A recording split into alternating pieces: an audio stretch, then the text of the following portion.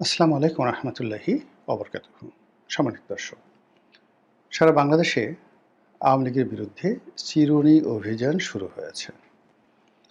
জলে, স্থলে এবং অন্তরিক্ষে। অবস্থার দৃষ্টি মনে হচ্ছে ডক্টর মোহাম্মদ ইউনূসের এই সরকার এই প্রথমবার সেনাবাহিনী, পুলিশ এবং অন্যান্য আইনশৃঙ্খলা রক্ষাকারী বাহিনী সম্মিলিতভাবে চেষ্টা করছে আওয়ামী লীগের যারা মিছিল করছে তাদেরকে ধরার জন্য, এবং দেশের মধ্য থেকে যারা এই সকল কর্মকাণ্ড আওয়ামী লীগের যে রাজনৈতিক কর্মকাণ্ড অর্গানাইজ করছে তাদেরকে পাকড়াও করার জন্য। এবং ইতিমধ্যে আপনারা জানেন যে গত কয়েকদিনে কয়েক হাজার নেতাকর্মীর যে মিছিল করার যে চেষ্টা, সেখান থেকে বহু সংখ্যক আওয়ামী লীগের নেতাকর্মীকে গ্রেপ্তার করা হয়েছে। এর মধ্যে উল্লেখযোগ্য নেতা হিসেবে একজন সংসদ সদস্য, সাবেক সংসদ সদস্য, তাকে গ্রেপ্তার করা হয়েছে। এবং অন্যান্য যারা রয়েছেন বাংলাদেশে, পৌরসভার মেয়র, উপজেলা চেয়ারম্যান, ভাইস চেয়ারম্যান, পাইকারি হারে তাদেরকে গ্রেপ্তার করা হচ্ছে। আপনারা জানেন যে জেলখানা এখন আওয়ামী লীগের লোকজনে পরিপূর্ণ। এমনকি আওয়ামী লীগের যে সকল মহিলা নেত্রী রয়েছে তাদের সংখ্যা যে কত আমি এটা বলতে পারবো না। তবে বিভিন্ন কারাগারগুলোতে যে মহিলা সেল রয়েছে সেখানে আওয়ামী লীগের মহিলা নেত্রীদের দ্বারা বা কর্মীদের দ্বারা পরিপূর্ণ হয়ে গেছে। অভিযোগ আসছে যে জেলখানাতে মহিলা যারা বন্দী রয়েছে তারা আনহ্যাপি। সেখানে অনেকে মিছিল করছেন পজিটিভ অর্থে, আমরা যেটা জানতে পারছি। আর নেতিবাচক কথা হলো যে তাদেরকে জুলুম করা হচ্ছে, নির্যাতন করা হচ্ছে। কেন করা হচ্ছে, কী কারণে করা হচ্ছে, এই ব্যাপারে কারা কর্তৃপক্ষ কোনো বক্তব্য দেয়নি। তবে এখানে একজন জেলারের, মহিলা জেলারের নাম স্পষ্টত চলে আসছে। এরকম ভীতি ছড়িয়ে পড়েছে, আওয়ামী লীগের নেতাকর্মীদের মধ্যে ভীতি ছড়িয়ে পড়েছে যারা দুর্বল চিত্তের।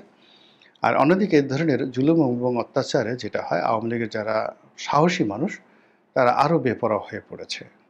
এবং তাদের মধ্যে এক ধরনের যাকে বলা হয় বন্ড তৈরি হয়ে গেছে যে দেয়ালে পিঠ থেকে গেছে, আর কি হবে, জেলে নিবে, মেরে ফেলবে, গুম করবে। কিন্তু আমরা এখন যেভাবে পালিয়ে আছি, যেভাবে বাড়ি যেতে পারছি না, তো সেখানে ধরে নিয়ে যাক, অসুবিধা নেই, কিন্তু লড়াই করব। তো এর ফলে কি হলো, আওয়ামী লীগের মিছিলগুলো ক্রমশ ঝটিকা মিছিল থেকে এটা বাড়তে বাড়তে বাড়তে বাড়তে এখন এটা রীতিমতো রেগুলার মিছিল, নিয়মিত মিছিল হয়ে পড়েছে। এবং এদের মধ্যে ভয় ডর কিছু নেই। তারা হুটহাট করে রাজধানীর ব্যস্ততম এলাকাতে মিছিল করছে, পুলিশের সামনে মিছিল করছে, তারপরে পুলিশের গাড়িকে ঘেরাও করে মিছিল করছে। এবং পুলিশ কোনো অ্যাকশনে যেতে পারছে না, এই কারণ হলো যে একটা গাড়িতে যদি ৬-৭ জন পুলিশ থাকে আর মিছিলকারী যদি ১,০০০ হয়, পুলিশের সেখানে আসলে কিছু করার থাকে না। উল্টো পুলিশের মনে একটা আতঙ্ক তৈরি হয় যে এরা যদি আমাদের প্রতি আক্রমণ করে আমাদের অস্ত্র ছিনিয়ে নেয়, কী করার আছে। এর কারণ হলো এই পুলিশ তো কিছুদিন আগে যেভাবে নির্মমতার শিকার হয়েছে এবং যেভাবে তাদেরকে মারা হয়েছে, যেভাবে তাদের অস্ত্র গোলাবারুদ লুট করা হয়েছে, সেগুলো তো এখন উদ্ধার করা হয়নি। তো কাজেই পুলিশের মধ্যে একটা আতঙ্ক রয়েছে। দ্বিতীয়ত, যে চিরুনি অভিযানটা চালানোর জন্য যেটা দেখলাম যে সরকার এতটা দৃঢ় প্রতিজ্ঞ যে এখানে যদি কোনো এলাকাতে আওয়ামী লীগের মিছিল হয়, ছাত্রলীগের মিছিল হয়, তাহলে সেই এলাকার যে ওসি, থানার যে ভারপ্রাপ্ত কর্মকর্তা, তাকে প্রত্যাহার করা হবে। সরকার এটা কঠোরতা দেখাচ্ছে বা হুকুম দিচ্ছে, কিন্তু এটার ফলাফল ভালো হবে না। এর কারণ হলো যে এখন যারা ওসি রয়েছেন তারা চেষ্টা করলেও ঢাকার কোনো এলাকা বা বিশাল, ধরুন একটা থানাতে বিশাল এলাকা, একটা থানায় কজন পুলিশ থাকে, তার পক্ষে, ওসির পক্ষে কোনো অবস্থাতে একটা থানার মধ্যে যে মিছিল হবে দিনে বা রাতে, এটা পুলিশের পক্ষে নিয়ন্ত্রণ করা সম্ভব নয়, এমনকি অ্যাকশন নেওয়া সম্ভব নয়। এমন অনেক এলাকা রয়েছে যে এলাকা টিল নাও আওয়ামী লীগের বাইরে অন্য কোনো নাম সেখানে নেওয়া যায় না, এবং সেখানে বিএনপি, জামাতের যারা লোকজন আছে তাদের নামই জানে না। আমি এই জাস্ট নিজের একটা প্র্যাকটিক্যাল এক্সপিরিয়েন্স বলি, যেটা নিয়ে আমি লেখা লিখব। সেটা হলো, আমি কয়েকদিন আগে এই টাঙ্গাইলের সখীপুরের একটা রিসোর্টে বেরিয়ে আসলাম। একেবারে প্রত্যন্ত বনের মধ্যে একটা এলাকা, আওয়ামী লীগ প্রধান। অসংখ্য মানুষের সঙ্গে কথা হলো, সাধারণ আমজনতা। তো তারা রাজনীতির ব্যাপারে ওয়াকিবহাল। কিন্তু তাদেরকে যদি জিজ্ঞেস করলাম যে আওয়ামী লীগের ভবিষ্যৎ কি, তো তারা বলে আওয়ামী লীগের ভবিষ্যৎ কি, আমরা তো আওয়ামী লীগই করি, আমলীগই করি। ভালো কথা। তারপরে বিএনপি এখানে কারা কারা করে, বলে না এখানে কেউ বিএনপি করে না। আগামীতে বিএনপির প্রার্থী হবে কে? তো বললো যে আমরা তো জানি না, শুনছি বাসাইল থেকে, মানে সখীপুর না, বাসাইল থেকে কেউ একজন হবে, এরকম কথাবার্তা। তো এইরকম এলাকাতে আপনি পুলিশ দিয়ে কী করবেন? এবং ওই যে মানে বনের মধ্যে, মানে মাইলের পর মাইল, শত শত নয় হাজার হাজার একর বনভূমির মধ্যে দেখা গেল যে পরিবারগুলো বসবাস করছে বিচ্ছিন্নভাবে, তারা আওয়ামী লীগ করে। ওখানে আপনি রেড দিয়ে, তারপরে ওখানে আপনি কোনো অবস্থাতে কিছু করতে পারবেন না। এখন ওই এলাকাতে যদি লোকজন জড়ো হয়ে, যেমন একটা বাজার আছে, তক্তারসালা বাজার আছে, আর তারপরে হলো আমেরসারা বাজার আছে, এরকম বনের মধ্যে ছোট ছোট বাজার আছে। তো সেখানে যদি একটা মিছিল করা হয়, পুলিশের বাপেরও সাধ্য নাই এই ডিটেলসগুলো আনা। তো এইরকম যাকে বলা হয়, রিয়ালিটি হলো এটা যে পুলিশ এটা পারবে না। আর সরকারের জন্য রিয়ালিটি হলো সরকার এটা কোনো অবস্থাতেই সহ্য করতে পারছে না। প্রতিদিন মিছিল বাড়ছে, মিছিল থেকে অকথ্য ভাষায় গালাগাল দেওয়া হচ্ছে।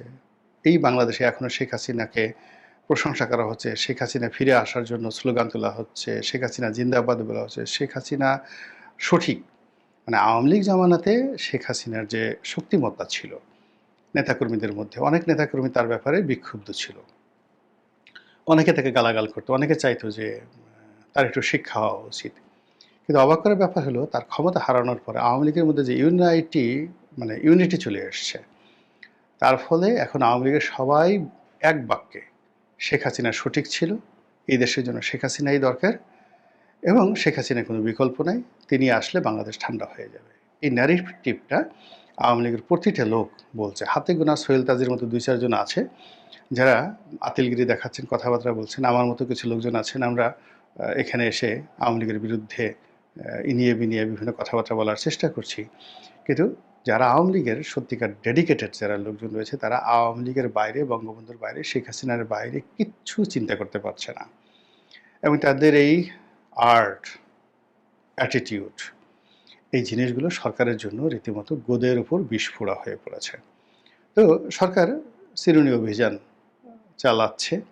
আওয়ামী লীগ ধরো পুরস্কার নাও, ছাত্রলীগ ধরো পুরস্কার নাও, আর আওয়ামী লীগের লোকজন যেখানে পাও সেখানে পিটুনি দাও, মার দাও, এবং যে এই কাজগুলো করতে পারবে সে সরকারের খুব ঘনিষ্ঠ হয়ে যেতে পারবে। এবং এটা অনেকটা যাকে বলা হয় মাছ ধরার মতো, মানে বিলে যেভাবে মাছ ধরে, ঘোলা পানিতে মাছ ধরে, সবাই ছিলে বুড়ো নেমে পড়ে, যে যেখানে পারে নিজের হাত দিয়ে মাছ ধরে। এখন আওয়ামী লীগ ধরার জন্য মানুষকে লেলিয়ে দেওয়া হয়েছে, থানা পুলিশ প্রশাসনের সঙ্গে সঙ্গে সাধারণ মানুষকে লেলিয়ে দেওয়া হয়েছে। আওয়ামী লীগ ধরো, থানায় নিয়ে আসো, মামলা দাও, পুরস্কার নাও, আর সরকারের ঘনিষ্ঠজন হও। কিন্তু এত কিছু করার পরেও থামানো যাচ্ছে না, বরং বেড়ে যাচ্ছে। এবং এটাই প্রকৃতির নিয়ম।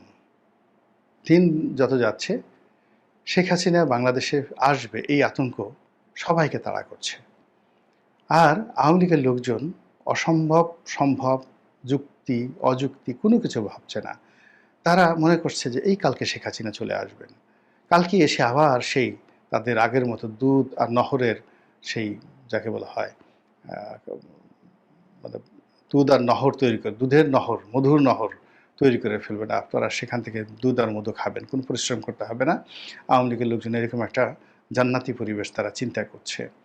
এবং তারা মনে করছে যে এই যে এতদিন তাদেরকে যে জুলুম অত্যাচার করা হয়েছে, তাদেরকে যে মামলা মোকদ্দমা দেওয়া হয়েছে, যদি শেখ হাসিনা না হয়, শেখ হাসিনার বাইরে অন্য কোনো বিকল্প নেতৃত্বের কথা তারা চিন্তা করে না। যে এই দেশের 35% আওয়ামী লীগের লোকজন, 35% আওয়ামী লীগের ভোটার কর্মী সমর্থকরা মনে করে তাদের এই দুর্দশা কেবলই মাত্র শেখ হাসিনার দ্বারা দূর করা সম্ভব, কোনো সন্দেহ নাই। বাকি 30% যারা, 35% যারা দ্বিতীয় চিন্তা করেন যে এই সময়টিতে তাদের মনে যে ক্রোধ হয়েছে, প্রতিহিংসা জন্ম নিয়েছে, তারা প্রতিশোধ নিতে চায়, তারাও তাদের প্রতিপক্ষকে মারতে চায়, খামচি দিতে চায়, গুঁতো দিতে চায়, খোঁচা দিতে চায়, মামলা দিতে চায়, মোকদ্দমা দিতে চায়।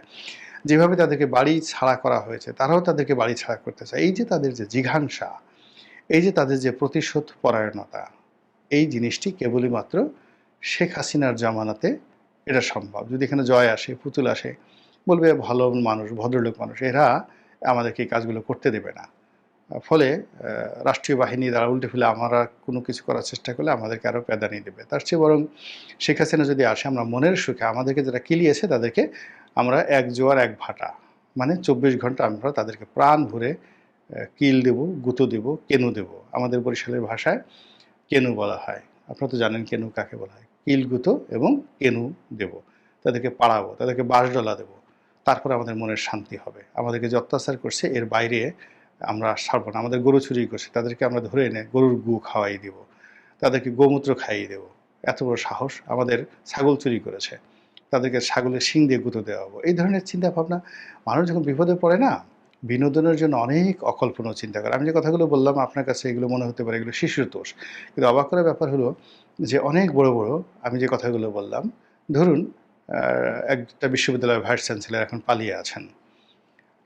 তাকে যদি জিজ্ঞাসা করেন যে আপনাকে যদি এই ধরনের সুযোগ দেওয়া হয় যে আপনার বাড়ি ঘর যারা জ্বালিয়ে দিয়েছে, আপনি একেবারে ৪ থেকে ৫ টা পাঁঠা নিয়ে আসবেন। এই পাঁঠা দিয়ে তাদেরকে গুঁতো দিয়ে আসবেন। সে হা, হা করে হেসে উঠবে, বলে যে, "ঠিক বলেছেন ভাই, আমি এই কাজটি করাবো।"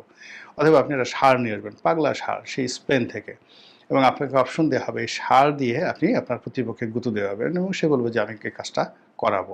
এইভাবে মানুষের আসলে প্রতিহিংসা যখন হয় এবং মানুষ যখন বিক্ষুব্ধ হয়, সে তখন অনেক শিশুতোষ চিন্তা ভাবনা করে, কিন্তু আমরা এগুলো রিড করতে পারি না। তো এরকম আসলে পুরো সমাজটি টগবগিয়ে ফুঁসছে। আওয়ামী লীগের লোকজন ফুঁসছে প্রতিহিংসা, জিঘাংসার মানে শক্তি অর্জনের জন্য, এবং তারা ধীরে ধীরে সেটা অর্জন করছে। আর আওয়ামী বিরোধী যারা শক্তি, তারা ৩টি কারণে। প্রথম কারণ হলো আওয়ামী লীগের আগমন ঠেকানো। দ্বিতীয় কারণ হলো আওয়ামী লীগের উপর অত্যাচার করে তারা তাদের উপর যে অত্যাচার হয়েছে সেটার প্রতিশোধ নেওয়া। থার্ড হলো নির্বিঘ্নে ক্ষমতায় থাকা বা ক্ষমতায় আসা।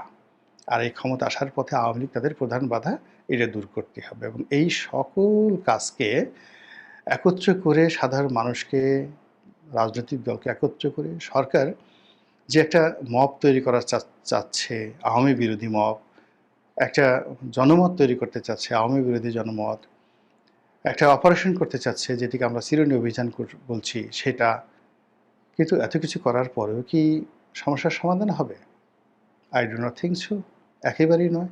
এর কারণ হলো অতীতে কখনো এইভাবে কেউ পারেনি। ব্রিটিশরা পারেনি, পাকিস্তানিরা পারেনি, মুঘলরা পারেনি, সুলতানরা পারেনি, কেউ পারেনি। তো কাজী ডক্টর মোহাম্মদ ইউনূস বা আগামীতে যদি বিএনপি ক্ষমতা আসে তারা যেভাবে পারবে, হবে না। এখানে একটা রিকনসিলিয়েশনে যেতে হবে। সম্রাট আকবরের মতো মানুষ বহু বছর যুদ্ধ করেছে নিশাখার বিরুদ্ধে। শেষ পর্যন্ত তাকে রিকনসিলিয়েশনে যেতে হয়েছে। তো এটাই বাস্তবতা। মহান আল্লাহ আমাদের সবাইকে হেদায়েত দান করুন এবং হেফাজত করুন। আসসালামু আলাইকুম ওয়া রাহমাতুল্লাহি ওয়া বারাকাতুহু।